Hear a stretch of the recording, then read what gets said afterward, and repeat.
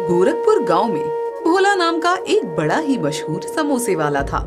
वैसे तो वो समोसे का सिर्फ छोटा सा ठेला लगाता था, लेकिन उसके ठेले पर हमेशा लोगों की भीड़ लगी रहती थी। क्या भोला भैया, क्या स्वाद है आपके समोसे में। आखिर आप अपने समोसे में ऐसा कौन सा खास मसाला डालते हो जिससे कि आपके समोसे इतने स्वादिष्ट बनते हैं। खास मसाले के बारे में तुम्हें बता दूंगा तो तुम नहीं मेरे बगल में अपना समोसे का ठेला लगा लोगे। अपने खास मसाले की रेसिपी तो कभी किसी को नहीं बताऊंगा। अरे इसी मसाले से तो मेरा काम चल रहा है भाई। भोला की बात पर सभी ग्राहक हंसने लगते हैं। दिन भर ढेर सारे समोसे बेचकर भोला अपने घर जाता है तो उसकी बीवी मुंह फुलाकर बैठी हुई थी। अरे क्या हो गया? अरे कभी तो मुझे खुश दिखा करो। जब भी देखो तब मुंह फुला करके बैठी रहती हो। आज क्या हो गया? कितने दिन पहले मैंने आपसे कहा था कि मुझे एक हीरो का हार दिलवा दो, लेकिन हीरे तो छोड़ो, आपने तो मुझे एक सोने तक का हार नहीं दिलवाया। कभी तो मेरी कोई इच्छा पूरी कर दिया करो।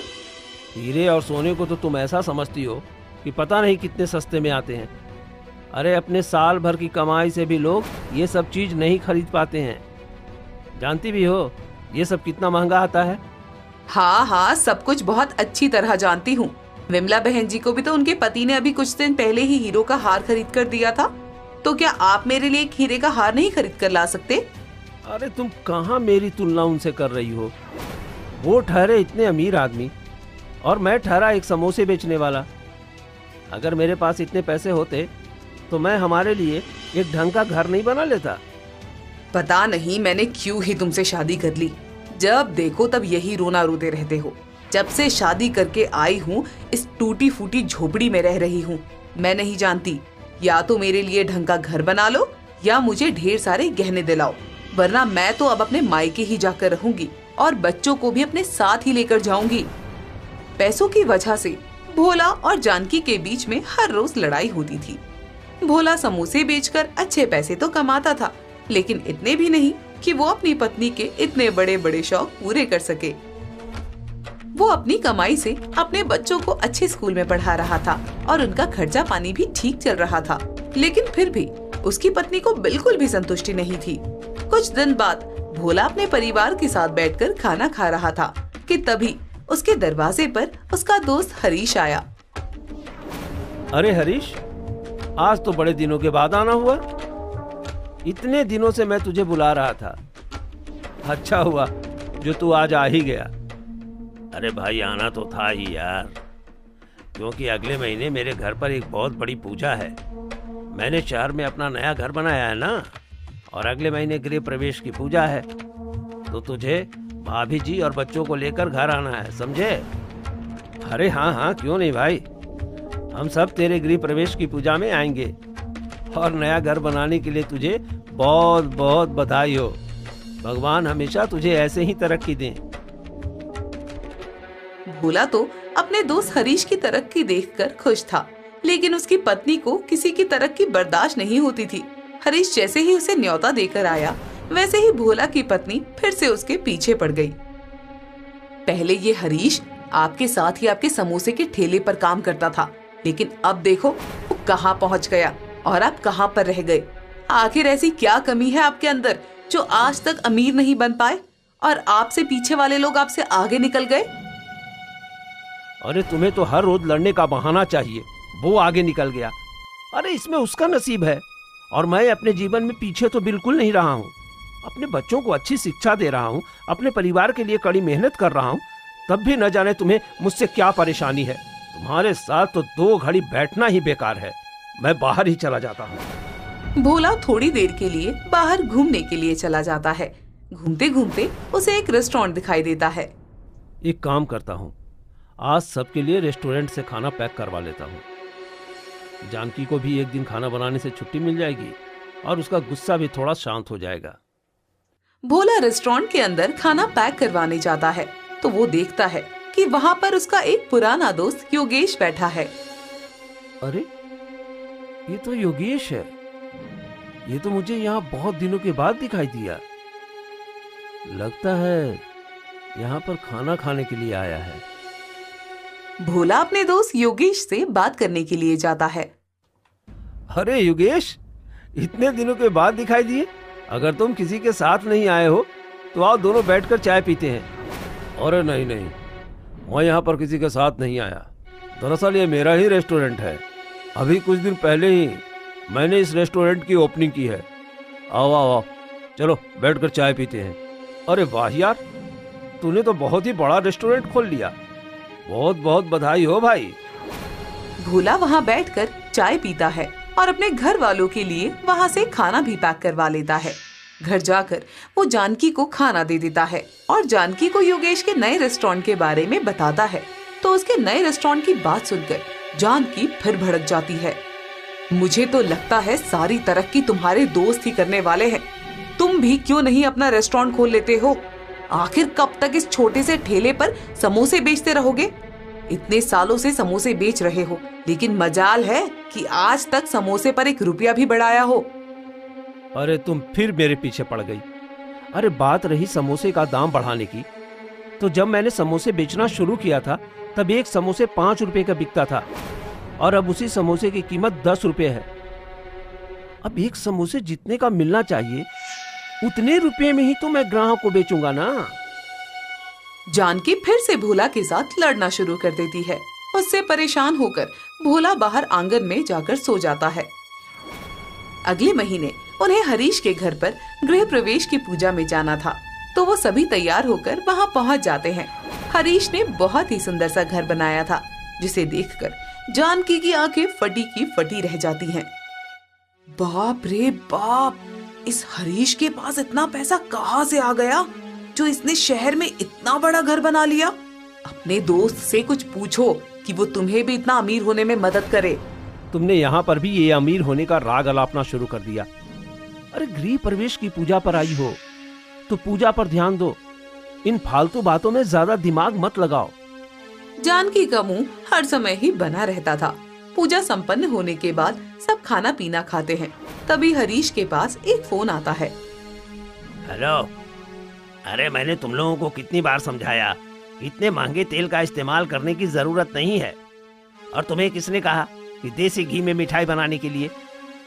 अरे जो वनस्पति घी आया ना, उसी में मिठाई बना।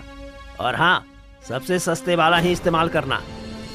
इतना कहकर हरीश फोन काट देता है। तभी भोला उससे पूछता है, हरीश, तुम अपनी दुकान में हमेशा सस्ते सामान का ही इस्तेमाल करते हो क्या, या किसी ने ऑर्डर देकर तुम्हें ऐसा करने को कहा है? अरे नहीं नहीं भोला, देखो तुम भी समोसे बनाने का काम करते हो, तो तुम भी समझते हो कि अगर हम लोग अच्छे और महंगे सामान का इस्तेमाल करने लगे तो हमारा मुनाफा तो होगा ही नहीं। ग्राहकों को तो बस अच्छे स्वाद से मतलब होता है। मिठाई बनने में कैसा घी कैसा तेल का इस्तेमाल हो रहा है उससे उन्हें क्या मतलब? अरे लेकिन ये तो गलत बात है ना हरीश। तुम्हारे यहाँ पर इतनी बड़ी मिठाई की दुकान है और तुम ग्राहकों से अच्छे पैसे भी लेते हो, तो फिर तुम्हारा भी तो कर्तव्य बनता है ना कि तुम ग्राहकों को अच्छा सामान ही दो। अरे तो कौन सा मेरे यहाँ की मिठाई खाकर लोग बीमार हो रहे हैं, सब बिल्कुल तंदुरुस्त हैं। और देखो, काम में अपना मुनाफा तो देखना ही पड़ता है। अब अगर मैं ईमानदारी से काम करता तो क्या शहर में इतना बड़ा घर ले पाता? अरे शहर में तो छोड़ो, मैं तो गांव में भी घर नहीं ले पाता। इसलिए अगर अपने जीवन को सुखी बनाना है तो थोड़ा बहुत घोटाला तो करना ही पड़ता है ना। यही बात मैं इन्हें न जाने कब से समझा रही हूँ, लेकिन इनके ऊपर तो ईमानदारी का भूत सवार है। अरे क्या फायदा ऐसी ईमानदारी का जो हमें एक अच्छा जीवन ही ना दे पाए। इन्हें भी थोड़ा ज्ञान दो ताकि ये भी थोड़ी बेईमानी करे और हमारा जीवन थोड़ा आसान हो जाए। सब लोग भोला को उसकी ईमानदारी के लिए ताने मारने लगते हैं कि आज के जमाने में इतना ईमानदार होने का कोई फायदा नहीं, और जो बात किसी इंसान को बार बार कही जाए तो कहीं न कहीं इसका असर उसके दिमाग पर होने लगता है। कुछ दिन बीतते हैं, तभी एक दिन क्या करूं, ये मैदा तो खराब हो गया। अब तो इसे कोई दुकानदार खरीदेगा भी नहीं। इस सारे मैदे में तो कीड़े लग गए हैं। इसे फेंकने के अलावा मेरे पास कोई रास्ता नहीं है। अरे नहीं नहीं जी, आपको ये मैदा फेंकने की कोई जरूरत नहीं है। आटा छानने वाली छन्नी से ये मैदा छान देती हूँ।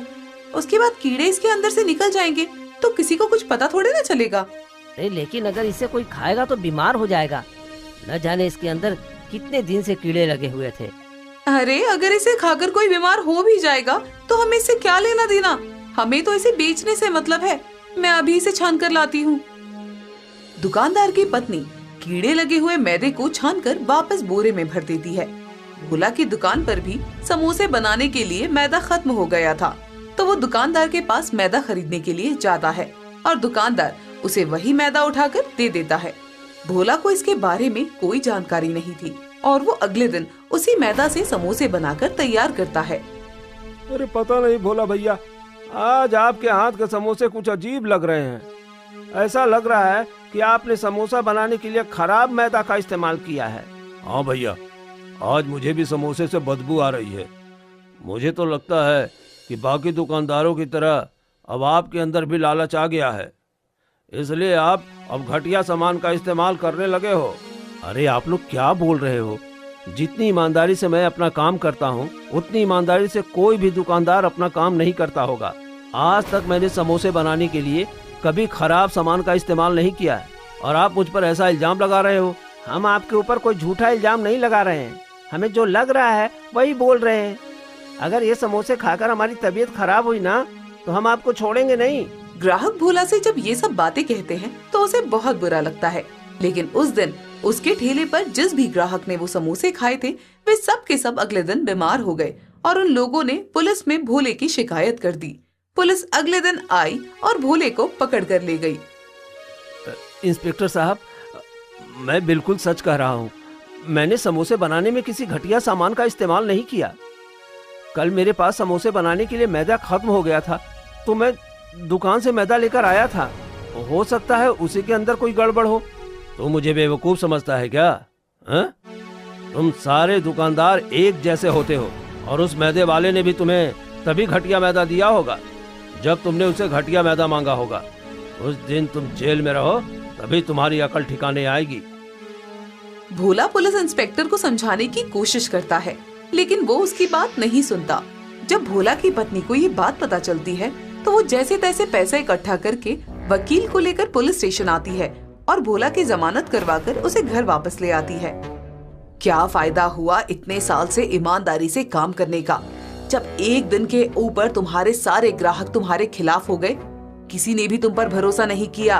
अरे इससे अच्छा तो ये होता कि तुम कभी ईमानदारी से काम ही ना करते, तो ऐसा होने पर तुम्हें इतना बुरा तो नहीं लगता। तुम ठीक कह रही हो जानकी, इस दुनिया में ईमानदारी के लिए कोई जगह नहीं है। एक ईमानदार आदमी से भूल में भी यह गलती हो जाए ना तो लोग उसे माफ नहीं करते। मैंने हमेशा लोगों के लिए सोचा, कभी अपने लिए नहीं सोचा, लेकिन उसके बदले में लोगों ने क्या किया? पुलिस में मेरी कंप्लेन कर दी। अब से मैं सिर्फ अपने बारे में सोचूंगा, किसी और के बारे में कभी नहीं सोचूंगा। इस बात का भोला के दिमाग पर बहुत गहरा असर होता है और बाकी दुकानदारों की तरह वो भी लालच करना शुरू कर देता है। वो समोसे बनाने के लिए खराब तेल और खराब सामान का इस्तेमाल करना शुरू कर देता है और ज्यादा मसाले डालकर समोसे बेचना शुरू कर देता है। सच ही कहती थी जानकी, ज्यादा ईमानदारी में कुछ नहीं रखा है। अब बेईमानी करके समोसे बेचता हूँ तो भी किसी को क्या ही पता लगता, बल्कि अब तो मेरी आमदनी पहले से 4 गुना हो गई है। मैंने ठान लिया है कि अब मैं कभी ईमानदारी से काम नहीं करूंगा। खराब सामान से समोसे बनाने के साथ साथ भोला अब अपने समोसे का दाम भी बढ़ा देता है और लगभग 1 साल में उसके पास बहुत पैसा आ जाता है। ये लो जानकी, मैं तुम्हारे लिए नया हार लेकर आया हूँ। तुमने कहा था ना कि तुम्हें एक हीरे का हार चाहिए। देखो, मैं तुम्हारे लिए 2 हीरो का हार लेकर आया हूँ। मैंने तो कभी अपने सपने में भी नहीं सोचा था कि मुझे भी कभी हीरो का हार पहनने को मिलेगा, लेकिन वो कहते हैं ना, रातों रात किस्मत कब पलट जाए कुछ पता नहीं। तुमने सच कहा, लेकिन अगर मैं आज भी वही ईमानदारी के रास्ते पर चलता रहता तो मेरे हाथ में कुछ नहीं आता।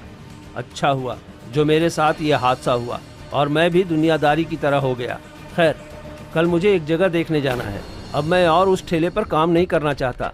अब मैं गांव में अपना एक बड़ा रेस्टोरेंट खोलना चाहता हूँ। जी हाँ, और आप इतना बड़ा रेस्टोरेंट खोलना कि आपके वो जो दोस्त योगेश है ना, जिसने गांव में अपना रेस्टोरेंट खोला है, वो भी आपके रेस्टोरेंट को देखता ही रह जाए और आपका रेस्टोरेंट खुलते ही उसका रेस्टोरेंट बंद हो जाए। भोला अगले दिन रेस्टोरेंट के लिए जगह देखने जाता है। उसे वो जगह पसंद आ जाती है और वो गांव में अपना बहुत बड़ा रेस्टोरेंट खोल लेता है। लेकिन योगेश का रेस्टोरेंट गांव में होने के कारण उसका रेस्टोरेंट इतना अच्छा नहीं चलता। भैया, आपके रेस्टोरेंट के समोसे अच्छे हैं, लेकिन योगेश भैया के रेस्टोरेंट के समोसे ज्यादा अच्छे हैं। जब हमें रेस्टोरेंट में ज्यादा पैसे ही देने हैं तो हम योगेश भैया के रेस्टोरेंट में जाकर ही समोसे खा लेंगे।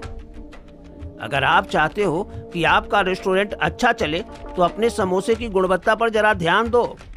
अपने लालच के कारण भोला ने अपने समोसों का स्वाद इतना बिगाड़ लिया था कि इतना बड़ा रेस्टोरेंट खोलने के बावजूद भी लोग उसके यहाँ पर नहीं आ रहे थे। और तो और जो उसके रेस्टोरेंट में आ भी रहे थे वो उसे तरह तरह की बातें सुनाकर जा रहे थे, जिस वजह से भोला अपने ही दोस्त से ईर्ष्या करने लगा। उस योगेश के रेस्टोरेंट की वजह से मेरा रेस्टोरेंट नहीं चल पा रहा है। मैं अच्छी तरह जानता हूँ कि वो भी अपने रेस्टोरेंट में खाना बनाने के लिए घटिया सामान का ही इस्तेमाल करता है, लेकिन फिर भी लोगों को न जाने मुझसे क्या दिक्कत है। इस पूरे गांव में सिर्फ मेरा और योगेश का ही रेस्टोरेंट है, और अगर उसका रेस्टोरेंट ही न रहे तो गांव में मेरा रेस्टोरेंट अच्छे से चल पाएगा। जब लोगों के पास कोई ऑप्शन ही नहीं होगा तो उन्हें मेरे पास आना ही पड़ेगा।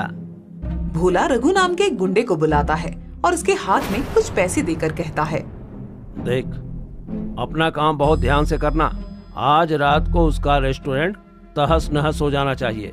और आप बिल्कुल चिंता मत करो साहब, आज रात ये रघु उसके रेस्टोरेंट का खल्लास कर देगा। रघु पैसे लेकर चला जाता है और रात को मौका पाकर योगेश के रेस्टोरेंट को जला देता है। योगेश का रेस्टोरेंट जलकर राख हो जाता है और रेस्टोरेंट में रखे सिलेंडर भी ब्लास्ट हो जाते हैं। तभी उसी रात अचानक भोला के रेस्टोरेंट में भी अपने आप आग लग जाती है और उसके रेस्टोरेंट में रखे सिलेंडर भी ब्लास्ट हो जाते हैं। अगले दिन जब वो अपने रेस्टोरेंट में जाता है तो अपने रेस्टोरेंट की हालत देखकर वो माथा पकड़कर कहीं पर बैठ जाता है। हे भगवान, ये क्या हो गया? अरे मैंने तो उस रघु को योगेश का रेस्टोरेंट जलाने के लिए कहा था, लेकिन उसके रेस्टोरेंट के साथ साथ मेरा रेस्टोरेंट जलकर कैसे राख हो गया? यहाँ भोला अपना सर पकड़कर बैठा था और वहाँ बेचारा योगेश इतनी मेहनत से बनाए अपने रेस्टोरेंट को देखकर रो रहा था। अरे आज तक मैंने इतनी ईमानदारी से काम किया, लेकिन फिर भी मेरे साथ ऐसा हुआ। अभी तक तो मैंने अपने रेस्टोरेंट का लोन भी नहीं चुकाया था और मेरा रेस्टोरेंट बुरी तरह से जलकर राख हो गया। अब मैं कैसे पैसे कमाऊंगा, कैसे रेस्टोरेंट का लोन चुकाऊंगा? योगेश रो ही रहा था कि तभी वहाँ पर पुलिस आ जाती है। मुझे लगता है किसी ने जानबूझकर आपके रेस्टोरेंट में आग लगाई है। अगर आपके रेस्टोरेंट के आसपास कोई सीसीटीवी कैमरा है तो हमें बताइए, हमें उसकी फुटेज चेक करनी है। सर, मुझे भी लगता है कि किसी ने जानबूझकर ये सब किया है, क्योंकि इस इलाके में भोला नाम के आदमी का भी एक रेस्टोरेंट है और कल रात को वहां पर भी आग लगाई गई।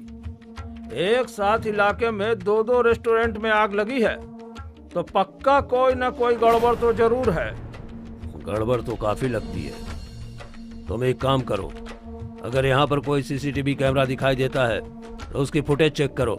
हवलदार आसपास छानबीन करता है तो उसे एक दुकान के बाहर सीसीटीवी कैमरा दिखाई देता है। वो सीसीटीवी कैमरा की फुटेज निकलवाता है तो उसमें साफ साफ दिखाई देता है कि रघु योगेश की दुकान में आग लगा रहा है। तो ये है वो आदमी जिसने ये सब किया है। जितनी जल्दी हो सके इसे पकड़ कर ले आओ। ये हमारे हाथों से निकल कर जाना नहीं चाहिए। पुलिस रघु को ढूंढ कर ले आती है और उसकी अच्छी तरह खातिरदारी करती है। तब रघु पुलिस के सामने सारी सच्चाई उगल देता है। मैं बिल्कुल सच कह रहा हूँ साहब। उस समोसे के रेस्टोरेंट वाले भोला ने ही मुझे योगेश के रेस्टोरेंट में आग लगाने के लिए पैसे दिए थे। रघु जब सारी सच्चाई उगल देता है तो पुलिस रघु की गवाही के आधार पर भोला को पकड़कर ले जाती है और जब भोला की अच्छी तरह खातिरदारी होती है तो वो खुद सब कुछ कबूल कर लेता है। पुलिस उसे अच्छी खासी सजा सुनाती है, लेकिन योगेश बेचारी की तो इसमें कोई गलती ही नहीं थी, तो उसे इंश्योरेंस कंपनी उसके नुकसान की भरपाई करने में मदद करती है। जहाँ भोला योगेश का बुरा करने चला था, अपने लालच के चक्कर में वो अपना ही बुरा कर बैठता है और उसे अपने लालच की अच्छी खासी सजा मिल जाती है। ये कहानी है लालची बिरयानी वाला। गोलपुर नाम के एक छोटे से गांव में करीम नाम का एक आदमी रहता था। वो गांव में बिरयानी बेचता था और उसकी बिरयानी लोगों को बहुत पसंद थी। करीम चिकन बिरयानी बनाकर बेचता था, जिसकी खुशबू पूरे गांव में फैल जाती थी। लोग करीम की बिरयानी के दीवाने थे और वो हमेशा उसकी दुकान पर आते थे।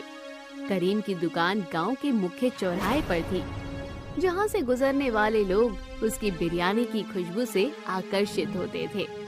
वाह करीम भाई, बिरयानी का जो स्वाद तुम्हारे हाथों में आता है ना, वैसा स्वाद कहीं नहीं मिलता। मेरी बेगम भी इतनी अच्छी बिरयानी नहीं बना पाती जितनी अच्छी बिरयानी तुम बनाते हो। ये सब तो मैंने अपने अब्बा जान से सीखा है। मैं इतनी कोशिश करता हूँ, लेकिन फिर भी उनके जैसी बिरयानी नहीं बना पाता। उनके हाथ के स्वाद में तो बात ही कुछ अलग थी। अरे भैया जल्दी से 4 प्लेट बिरयानी लगा दो। आज मेरे घर पर मेहमान आए हैं और उनकी यही जिद है कि वो आपके यहाँ की बिरयानी खाएं। हमारे घर पर मेहमान नगर हमारे हाथ का खाना नहीं खाते, बल्कि आपके हाथ की बिरयानी खाते हैं। आपकी बिरयानी तो दूर दूर तक मशहूर हो चुकी है। ये सब तो अल्लाह का करम है भाईजान। ये लीजिए आपकी बिरयानी। करीम अपने ग्राहकों को बारी बारी बिरयानी दे रहा था। कभी करीम के ठेले पर एक आदमी आता है। करीम उसे देखते ही पहचान जाता है कि वो उसका पुराना पड़ोसी अब्दुल है, जो पहले इसी गांव में रहता था, लेकिन कुछ समय पहले गांव छोड़कर चला गया था। अरे अब्दुल भाई, तुम यहाँ कैसे? तुम्हें यहाँ देखकर मुझे बहुत खुशी हो रही है। आज कितने दिनों बाद मैंने तुम्हें देखा। क्या तुम वापस गांव में रहने के लिए आ गए हो? अरे नहीं भैया, मैं बस कुछ समय के लिए गांव आया हूँ, लेकिन मैंने सुना है कि गांव में तुम्हारी बिरयानी बहुत ही ज्यादा मशहूर है। तुमने तो कुछ ही समय में बहुत तरक्की कर ली। हाँ अब्दुल भाई, बस खुद की रहमत है। सो तो है। वैसे तुम्हारी बिरयानी की खुशबू तो पूरे गांव में फैली हुई है और इस बिरयानी की खुशबू से मेरे मुंह में पानी आ रहा है। जरा थोड़ी सी बिरयानी हमें भी खिला दो। बिल्कुल अब्दुल भाई, तुम्हारे लिए तो मैं बिरयानी की सबसे स्पेशल प्लेट लगाऊंगा। और बताओ, घर में सब कैसे हैं? वो सब तो ठीक है, लेकिन मैं उन्हें यहाँ पर नहीं लेकर आया। वो सब शहर में ही हैं। मैं तो यहाँ कुछ काम के सिलसिले में आया हूँ। अच्छा, ये लो अब्दुल भाई, बिरयानी खाओ। अब्दुल करीम के हाथ की बिरयानी खाता है और उसे वो बहुत अच्छी लगती है। वो बिरयानी खाकर करीम की दुकान से चला जाता है और गांव में एक आदमी इकबाल के पास जाता है। इकबाल भाई, आपने कहा था ना कि 3 महीने बाद आना, तो मैं आ गया। हाँ अब्दुल भाई, मुझे याद है, तुमने मुझे बताया था कि तुम गांव में आ रहे हो। अब तो मेरे पैसे मिल जाएंगे ना? आपने जितना समय कहा था मैं उतने समय बाद ही आया हूँ। लाइए, मुझे मेरे पैसे दे दीजिए। अब्दुल भाई, मुझे जरा माफ कर देना, लेकिन तुमने सट्टे में जो पैसे लगाए थे ना, वो पैसे डूब गए, इसलिए अब तुम्हें कोई पैसे नहीं मिलेंगे। क्या? ये कैसे हो सकता है? तुमने तो कहा था कि पैसे लगाने में कोई खतरा ही नहीं है, और मैंने तुम्हारे कहने पर सट्टे में इतने सारे पैसे लगा दिए। अब्दुल भाई, सट्टे में जोखिम होता है, कभी कभी पैसे डूब जाते हैं। तुम्हें ये पता नहीं था क्या? तुमने मेरे साथ धोखा किया। तुम्हारी वजह से मेरे पैसे डूब गए। अब मैं क्या करूं? अब्दुल भाई, तुम्हें शांति से काम ढूंढना होगा। तुम्हें अपनी जिंदगी को फिर से बनाना होगा। इसके बाद कभी कोई अच्छा मौका मिलेगा तो दोबारा सट्टा लगा लेना। क्या पता तुम्हारी किस्मत चमक जाए। अब्दुल का चेहरा उदास हो जाता है और वो इकबाल के पास से वापस शहर अपने घर आ जाता है। अच्छा हुआ आप आ गए। अभी थोड़ी देर पहले घर का मालिक किराया मांगने के लिए आया था। आप जाकर किराया दे दीजिए। माफ करना गुलजान, लेकिन मेरे पास किराया देने के लिए पैसे नहीं है। मैं मकान मालिक से बात कर लूंगा और उनसे थोड़े दिन की मोहलत मांग लूंगा। क्या? ये आप क्या कह रहे हैं? आपके पास तो पैसे थे, और थोड़े बहुत नहीं, काफी ज्यादा थे।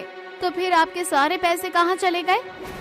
दरअसल मैंने कुछ महीने पहले सारे पैसे सट्टे में लगा दिए थे और मुझे लगा था कि मैं सट्टा जीत जाऊंगा, लेकिन मैं सट्टा हार गया। क्या? ये आप क्या कह रहे हो? आपने तो मुझसे वादा किया था कि आप कभी सट्टा नहीं खेलोगे, लेकिन उसके बाद भी आपने सट्टा खेला। इसी वजह से हमारा गांव वाला घर बेच गया था, लेकिन उससे भी आपने कोई सीख नहीं ली और फिर से सट्टा खेलने में लग गए। मुझसे बहुत बड़ी गलती हो गई गुलजार, लेकिन मैं तुमसे वादा करता हूँ आज के बाद फिर कभी भी सट्टा नहीं लगाऊंगा। आपने तो पिछली बार भी मुझसे यही कहा था कि लेकिन फिर से सट्टा खेला। मैंने सोच लिया है कि मैं अपने बच्चों को लेकर आपके साथ नहीं रहूंगी। मैं अभी के अभी अपनी अम्मी जान के घर चली जाऊंगी, वरना मेरे बच्चे क्या देखेंगे कि उनका पिता सट्टा खेलता है। नहीं नहीं, ऐसा मत करो गुलजार, इसे मेरी आखिरी गलती समझो। आज के बाद मैं ऐसा कुछ नहीं करूंगा, लेकिन तुम बच्चों को लेकर यहाँ से मत जाओ। तो फिर क्या करूं? मकान मालिक को किराया नहीं मिलेगा तो वैसे भी हमें घर से निकाल देगा। तब अपने बच्चों को लेकर कहाँ जाओगे? अब क्या हम अपने बच्चों को लेकर फुटपाथ पर रहेंगे? तुम चिंता मत करो गुलजार, मैं कभी अपने परिवार पर ऐसी नौबत आने ही नहीं दूंगा। मैं आज गांव गया था तो देखा करीम भाई की बिरयानी का ठेला बहुत अच्छा चल रहा है। मैं सोच रहा हूँ कि मैं भी शहर में एक अपना बिरयानी का ठेला खोल लूँ। अच्छा, लेकिन ठेला खोलने के लिए पैसे कहाँ से आएंगे? हमारे पास अभी फूटी कौड़ी भी नहीं बची है और शहर में रहना कितना महंगा है। गांव में जाकर ही कोई झोपड़ी बनाकर रहते हैं, क्योंकि यहाँ पर अब हमारा गुजारा नहीं है। तुम ठीक कहती हो गुलजार, गांव में रहेंगे तो छोटा मोटा काम करके कुछ तो काम चला ही लूंगा, लेकिन यहाँ पर नहीं रह पाऊंगा। अब्दुल अपने परिवार को लेकर गांव वापस आ जाता है और एक छोटी सी झोपड़ी बनाकर गांव में रहने लगता है। आज मैं गांव के जमींदार के पास जाऊंगा और उनसे कुछ पैसे उधार पर ले लूंगा। उससे अपना छोटा सा बिरयानी का ठेला खोल लूंगा। गांव में जब रहीम भाई का बिरयानी का ठेला इतना अच्छा चल रहा है तो मेरा ठेला भी बहुत अच्छा चलेगा। ठीक है, अगर आप इस बार मेहनत और ईमानदारी से काम करना चाहते हो तो मैं आपका साथ जरूर दूंगी। मैं कल से ही बिरयानी बनाना शुरू कर दूंगी। तुम बहुत अच्छी हो गुलजार। अच्छा, अब मैं जमींदार साहब के पास जाता हूँ। अब्दुल जमींदार साहब के पास पैसे उधार लेने के लिए जाता है। मैं तुम्हें उधार पर पैसे सिर्फ इसलिए दे रहा हूँ क्योंकि मुझे तुम्हारे परिवार को देखकर उन पर तरस आ रहा है। वैसे तुम जैसे सट्टे लगाने वाले आदमी को तो मैं कभी उधार के पैसे न दूं, लेकिन समय पर मेरे पैसे वापस कर देना, वरना तुम्हारे लिए ठीक नहीं होगा। आप बिल्कुल चिंता मत कीजिए जमींदार साहब, मैं आपके पैसे समय पर ही लौटा दूंगा। मुझे उधार पर ये पैसे देने के लिए आपका बहुत बहुत शुक्रिया। अब्दुल जमींदार साहब से पैसे लेकर आ जाता है और बाजार में बिरयानी खरीदने का सामान लेने के लिए जाता है। अरे भैया, जरा 5 किलो गोश्त तो तौल देना। अरे वाह, 5 किलो गोश्त! आज घर पर तुमने कोई दावत रखी है क्या अब्दुल भाई? अरे नहीं नहीं भैया, कोई दावत नहीं रखी है, बल्कि कल से मैं अपना बिरयानी का ठेला गांव में लगाने वाला हूँ ना, तो बस उसी के लिए गोश्त और बाकी का जरूरी सामान खरीदने के लिए आया हूँ। अरे वाह, ये तो तुमने बहुत ही अच्छा सोचा। मैं तुम्हारे लिए दुआ करूंगा कि तुम्हारा काम बहुत अच्छा चले। आपका बहुत बहुत शुक्रिया भाईजान। अब्दुल सामान लेकर घर आ जाता है। अगले दिन सुबह सुबह उसकी पत्नी बिरयानी बनाना शुरू करती है। अब्दुल भी एक पुराना ठेला खरीद कर ले आता है और उसकी मरम्मत करके उसे बिल्कुल साफ सुथरा कर देता है। वो जैसे ही ठेला साफ करके घर के अंदर आता है तो उसे बिरयानी की बहुत अच्छी खुशबू आती है। अरे वाह गुलजार, बिरयानी की खुशबू तो सच में वाकई बहुत अच्छी आ रही है। मुझे तो लग रहा है जैसे ही मैं बिरयानी को बाजार में बेचने के लिए जाऊंगा ना, तो इसकी खुशबू से ही आधे 1 घंटे में ही खत्म कर देंगे। अगर ऐसा हुआ तो बहुत ही अच्छा होगा। मैंने बिरयानी के लिए मसाला और चावल तैयार करके अच्छी तरह पतीले में लगा दिया है। बस आप इन्हें अच्छे दाम में लगा देना और गर्मा गर्म बिरयानी लोगों को बेचना। अब्दुल अपना ठेला लेकर बाजार में चला जाता है। उसकी बिरयानी की खुशबू पूरे बाजार में फैल जाती है। तभी कुछ लोग उसके ठेले पर बिरयानी खाने के लिए आते हैं। अरे वाह, बिरयानी की क्या खुशबू आ रही है। जरा 1 प्लेट बिरयानी तो लगाना। बस भैया लगाता हूँ। एक प्लेट मेरे लिए भी लगाना। जी, बस 2 मिनट। अब्दुल जल्दी से बिरयानी लगाता है और ग्राहकों को खाने के लिए देता है। वैसे तुम्हारी बिरयानी भी बहुत अच्छी है, लेकिन करीम भाई के हाथ की बिरयानी की बात ही कुछ और है। उनके जैसी बिरयानी का स्वाद तुम्हारी बिरयानी में नहीं है। करीम भाई के हाथों में तो अलग ही स्वाद है। हम भी अच्छी बिरयानी बनाने की पूरी कोशिश कर रहे हैं। जो भी कमियां होगी हम उसे सुधारने की पूरी कोशिश करेंगे। अच्छी बात तो ये है तुमने मेरी बात को गलत तरीके से नहीं समझा, वरना किसी के खाने के सामने किसी दूसरे खाने की तारीफ कर दो ना तो वो आग बबूला हो जाता है। अरे नहीं भैया, अगर अपनी कमियों पर ध्यान नहीं देंगे तो चीजों को बेहतर कैसे कर पाएंगे। वैसे भी मैं अपनी जिंदगी एक नए सिरे से शुरू करने की कोशिश कर रहा हूँ, तो इस बार पीछे नहीं हटूंगा। इस बार सब कुछ ईमानदारी से करूंगा। ये तो बहुत अच्छी बात है, अल्लाह तुम्हें बरकत दे। अच्छा, तुम मेरे बेटे के लिए भी 1 प्लेट बिरयानी पैक कर दो, मैं उसके लिए भी बिरयानी लेकर जाता हूँ। आज अब्दुल का काम पर पहला दिन था, इसलिए लोग जरा कम आ रहे थे, लेकिन फिर भी रात होने तक उसकी सारी बिरयानी बिक जाती है, जिसे देखकर वो बहुत खुश होता है। वो अपनी कमाई के पैसे लाकर अपनी पत्नी को देता है। अरे वाह, इतने सारे पैसे! मुझे नहीं पता था कि हम बिरयानी बेचकर इतने पैसे कमा लेंगे। अल्लाह का लाख लाख शुक्र है कि लोगों को मेरे हाथ की बिरयानी पसंद आई। इस तरह आज हमारा काम अच्छा चला गया। अल्लाह करे रोज हमारा काम इसी तरह अच्छा चले। जरूर चलेगा गुलजान, जरूर चलेगा। तुम हर दिन के खर्चे के पैसे अलग निकाल लेना और बाकी के पैसों को जोड़ते हुए चलना, ताकि मैं समय पर जमींदार साहब के पैसे उन्हें लौटा पाऊं और उन्हें मुझ पर भरोसा करने के लिए पछतावा ना हो। मुझ जैसे इंसान को पैसा देकर उन्होंने वैसे भी मुझ पर बहुत बड़ा उपकार किया है, इसलिए मैं उनका विश्वास नहीं खोना चाहता। आप चिंता मत कीजिए, मैं पैसे संभाल कर रखूंगी। अब अब्दुल हर रोज गांव में बिरयानी बेचने के लिए निकल जाता है। हर बीते दिन के साथ उसकी बिरयानी का स्वाद बेहतर होता जाता है, जिस वजह से करीम की ग्राहकी पर भी असर पड़ता है। पहले तो मेरे ठेले पर लोगों की भीड़ जमा रहती थी। मुझे दिन में 3-4 बार बिरयानी बनानी पड़ती थी, लेकिन अब तो मैं 2 पतीले बिरयानी ही बेच पाता हूँ। पता नहीं मेरे साथ ऐसा क्यों हो रहा है। बिरयानी तो मैं अभी भी वैसे ही बनाता हूँ। अरे भैया, परेशानी तुम्हारी बिरयानी में नहीं है, बल्कि गांव में अब दूसरी बाजार की तरफ अब्दुल भाई ने भी अपनी बिरयानी का ठेला खोल लिया है, तो वहाँ के लोग अब उसके पास ही बिरयानी खाने जाते हैं। पहले उन्हें बिरयानी खाने के लिए यहाँ आना पड़ता था, अब उनके वहाँ पर ही उन्हें बिरयानी मिल जाती है, तो उन्हें यहाँ आने की जरूरत ही नहीं पड़ती। अच्छा, तो ये बात है। चलो अच्छा है, अब्दुल ने भी अपना कुछ काम शुरू किया। करीम ग्राहक के सामने तो ये बात बोल देता है, लेकिन मन ही मन उसे अब्दुल से ईर्ष्या हो रही थी, क्योंकि कहीं न कहीं उसका काम पहले से कम हो गया था। वो मुंह बनाकर अपने घर जाता है, तो उसकी पत्नी उसे देखकर पूछती है, क्या बात है, आज तो आप बहुत ही परेशान लग रहे हो। इतने समय में मैंने तो आपको इतना परेशान कभी नहीं देखा। परेशान होने वाली तो बात ही है राबिया। कुछ दिन से मेरा बिरयानी का काम कम हो रहा था, तो आज मुझे एक ग्राहक से पता चला कि अब्दुल ने गांव के दूसरे बाजार में अपना बिरयानी का ठेला लगा लिया है, जिस वजह से वहां के लोग अब उसी के पास बिरयानी खाने जाने लगे हैं। जब उसका ठेला गांव में नहीं था तो सब लोग दूर दूर से मेरे पास ही बिरयानी खाने के लिए आते थे। ये तो सचमुच चिंता का विषय है, लेकिन आखिर हम इसमें कर भी क्या सकते हैं? कर सकते हैं राबिया, जरूर कर सकते हैं, और हमें कुछ ना कुछ करना ही होगा, क्योंकि अभी तो मेरे थोड़े बहुत ग्राहक कम हुए हैं।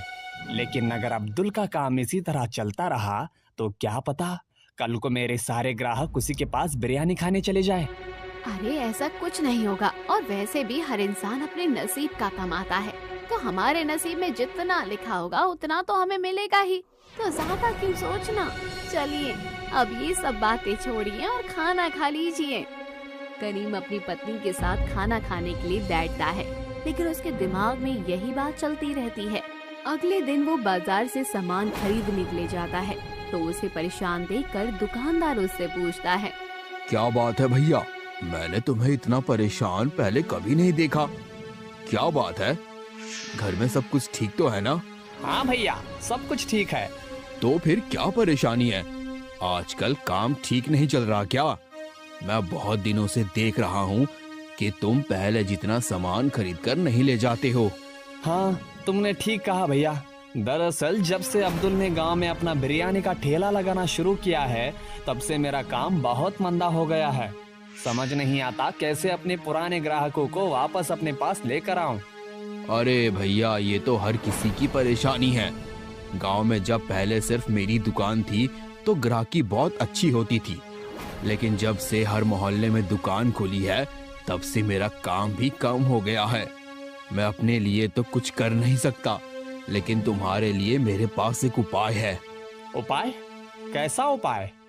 देखो, अभी मैं तुम्हें जो बात बताने वाला हूँ उसे जरा गुप्त रखना, क्योंकि हर किसी को ये बारे में पता नहीं चलना चाहिए, नहीं तो मैं बहुत बुरी तरह से फंस जाऊंगा।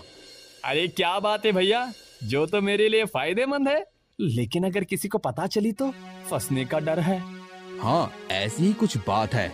मेरे पास एक ऐसा मसाला है जो लोगों को खाने का चस्का लगा देता है और उसके बाद लोग फिर कहीं और का खाना पसंद नहीं आता।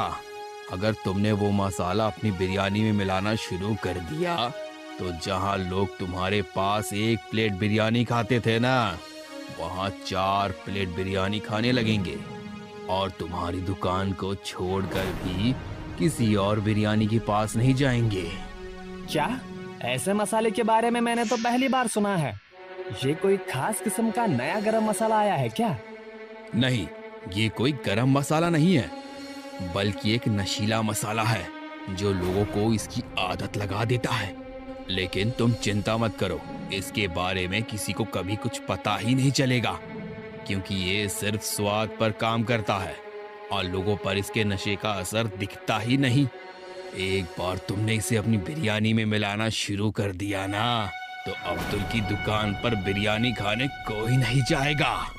करीम के मन में लालच आ जाता है और वो इस मसाले को खरीद लेता है। अगले दिन वो बिरयानी बनाते समय उस मसाले को भी बिरयानी में डाल देता है। अरे, ये आप बिरयानी में आज कौन सा मसाला डाल रहे हो? ये मसाला तो मैंने पहले कभी नहीं देखा। हाँ, बाजार में नए तरह का मसाला आया है जिससे बिरयानी का स्वाद कई गुना बढ़ जाता है, तो मैंने सोचा मैं भी इस्तेमाल करके देख लेता हूँ। अच्छा, करीम उस मसाले वाली बिरयानी को लेकर बाजार में चला जाता है। कुछ देर बाद उसके ठेले पर ग्राहक आना शुरू होते हैं। अरे वाह करीम भाई, आज तो तुम्हारी बिरयानी का स्वाद कुछ अलग ही लग रहा है। वैसे तो तुम हमेशा से ही स्वादिष्ट बिरयानी बनाते हो, लेकिन आज ऐसा लग रहा है कि बस तुम्हारी बिरयानी खाते ही जाए। ऐसा लग रहा है जैसे तुमने आज बिरयानी अंदर कुछ जादुई मसाला मिला दिया है। अरे नहीं नहीं भाई, मैंने तो आज भी वैसे ही बिरयानी बनाई है जैसे हर रोज बनाता हूँ। लगता है आज बिरयानी थोड़ी ज्यादा स्वादिष्ट बन गई, इसलिए तुम्हें बार बार खाने का मन कर रहा है। आज करीम के ठेले पर जो भी ग्राहक आ रहा था, 1 प्लेट बिरयानी खाकर तो उसका मन ही नहीं भर रहा था। अरे वाह, इस मसाले ने तो सचमुच कमाल कर दिया। जो ग्राहक हर रोज मेरे यहाँ पर आकर 1 प्लेट बिरयानी खाते थे, आज वही ग्राहक 3-3, 4-4 प्लेट बिरयानी खा रहे हैं। लेकिन जो ग्राहक अब्दुल के पास चले गए हैं, उन्हें वापस लाने के लिए कोई ना कोई तरकीब तो निकालनी होगी। अरे हाँ, एक काम करता हूँ, गांव में मुफ्त बिरयानी बांटता हूँ।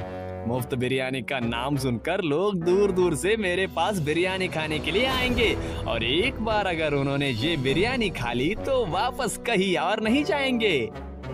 ये सोचकर अब करीम अगले दिन गांव में मुफ्त बिरयानी बांटता है, जिस वजह से पूरा गांव उसके यहाँ बिरयानी खाने के लिए आता है और नशीले मसाले की वजह से लोगों को उसकी बिरयानी का चस्का लग जाता है, जिस वजह से लोग अब्दुल के पास ना जाकर सिर्फ करीम के पास ही बिरयानी खाने जाते थे। अरे अब्दुल, क्या बात है? आजकल तुम्हारी दुकान पर ग्राहक दिखाई नहीं देते। पता नहीं भैया ऐसा क्यों हो रहा है, लेकिन जब से करीम भैया ने गांव में मुफ्त बिरयानी बांटी है, तब से कोई भी ग्राहक मेरे ठेले के पास बिरयानी खाने के लिए आता ही नहीं। जबकि मैं तो बिरयानी बनाने के लिए बिल्कुल शुद्ध ताज़ा सामान इस्तेमाल करता हूँ और बिरयानी भी स्वादिष्ट बनाता हूँ। ये बात तो अजीब है, मुझे तो इसमें कोई गड़बड़ लगती है। खैर तुम चिंता मत करो, तुम्हारा काम जल्दी अच्छा चलेगा। शुक्रिया भैया। जो ग्राहक अभी अब्दुल की दुकान पर आया था उसका बड़ा भाई पुलिस इंस्पेक्टर था।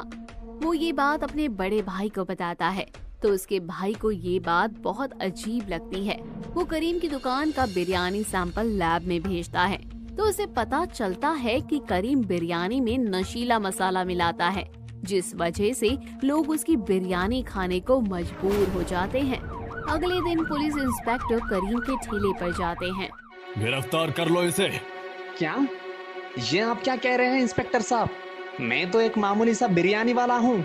भला आप मुझे गिरफ्तार क्यों करना चाहते हैं? मैंने क्या किया है? अपनी दुकानदारी को बढ़ाने के लिए तुमने अपनी बिरयानी में नशीले मसाले का इस्तेमाल किया है। तुम्हें इतना भी नहीं पता कि इस मसाले के इस्तेमाल से लोगों की किडनी और लिवर खराब हो सकता है। तुमने बहुत बड़ा जुर्म किया है। हम अभी के अभी तुम्हें गिरफ्तार करेंगे। करीम के लालच की वजह से आज वो गिरफ्तार हो जाता है और साथ में जो दुकानदार उसे ये मसाला देता है पुलिस उसे भी गिरफ्तार कर लेती है।